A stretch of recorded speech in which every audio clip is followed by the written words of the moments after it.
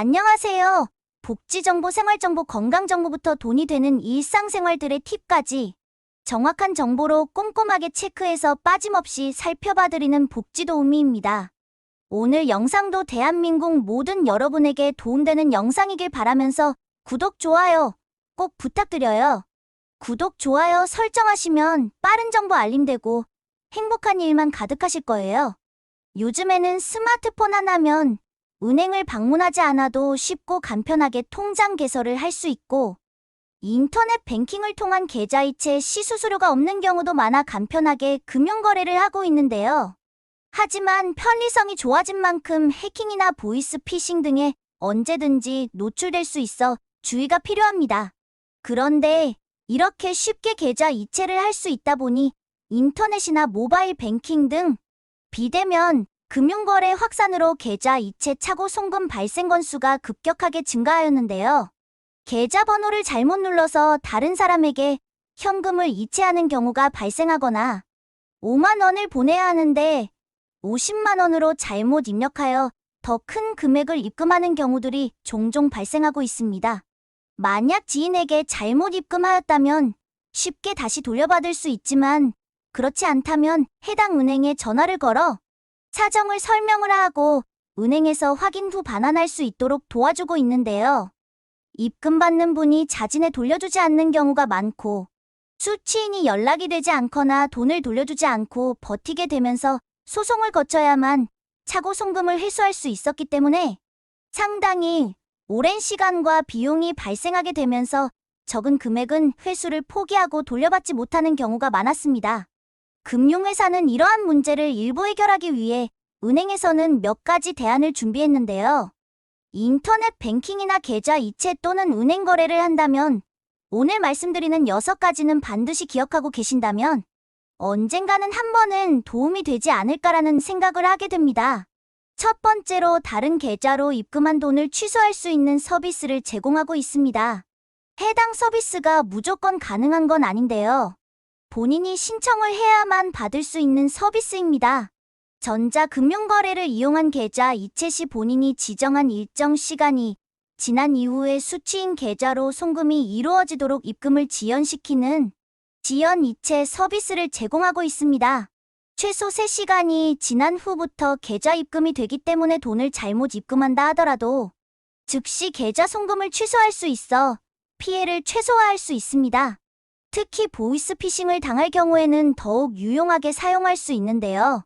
최근 보이스피싱이나 해킹으로 인한 피해가 이만저만이 아닌데 지연 이체 서비스를 신청해 둔다면 사기 계좌로 돈을 보내도 계좌 이체 처리 시간 30분 전까지 취소가 가능할 뿐 아니라 30분이 지났다 하더라도 시간이 지난 후부터 계좌 이체 처리가 되기 때문에 수취인에게 입금이 되기 전 은행에 즉시 계좌 지급 정지 신청을 할 수 있어 사기 피해를 예방할 수 있습니다.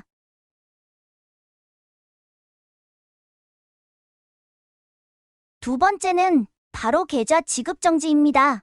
방금 말씀드린 계좌 지급 정지란 피해자가 보이스피싱이나 전자금융 사기범에 속아 돈을 송금한 경우 사기범들이 자금을 인출하는 것을 방지하기 위해 계좌에서 현금을 찾을 수 없게 요청하는 제도인데요. 특히 사기 피해를 당했다면 즉시 해당 은행으로 전화하면 되고 모든 계좌 지급 정지를 하기 위해서는 계좌 통합 관리 서비스인 어카운트 인포 또는 금융소비자 포탈 파인에 접속을 해서 내가 보유한 모든 계좌를 한 번에 정지할 수 있습니다. 어카운트 인포에 접속을 해서 본인에게 필요한 항목을 선택해서 진행하시면 되는데요. 처리 결과 조회 및 지급 정지 계좌 조회까지 한 번에 모두 확인할 수 있습니다.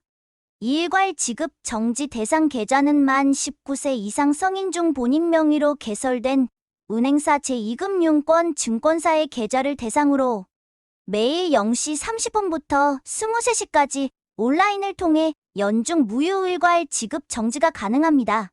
다만 일괄 지급 정지가 쉬워진 만큼 주의해야 할 사항도 있습니다.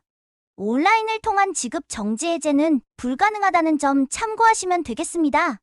한번 지급 정지되고 나면 각각의 영업점에 직접 방문해서 본인 확인 후 해제할 수 있기 때문에 지급 정지 신청 전 신중하게 처리하시면 되겠습니다. 세 번째는 차고 송금 반환 신청을 통해서 반환받을 수 있습니다. 차고 송금 반환 신청은 송금하는 사람의 실수로 돈을 잘못 보내게 되었을 때 예금 보험공사가 대신해서 찾아주는 제도인데요. 개정 예금자 보호법 시행에 따라 2011년 7월 6일부터 도입이 되었습니다. 2023년부터는 금액이 상향되면서 5천만 원까지 차고 송금을 신청할 수 있게 확대되었습니다. 신청 방법은 차고 송금 반환 지원 홈페이지에 접속을 하셔서 온라인으로 신청을 하거나 예금보험공사 1층 고객도우미실에 방문하여 신청이 가능합니다. 또한 대리인 신청도 가능한데요. 본인이 직접 신청이 곤란한 경우 위임장 인감증명서와 대리인의 주민등록증 등의 서류를 구비하여 대리인 신청을 하시면 됩니다. 보이스피싱 피해도 차고 송금 반환 지원 신청을 하면 되지 않느냐라고 생각할 수 있는데요.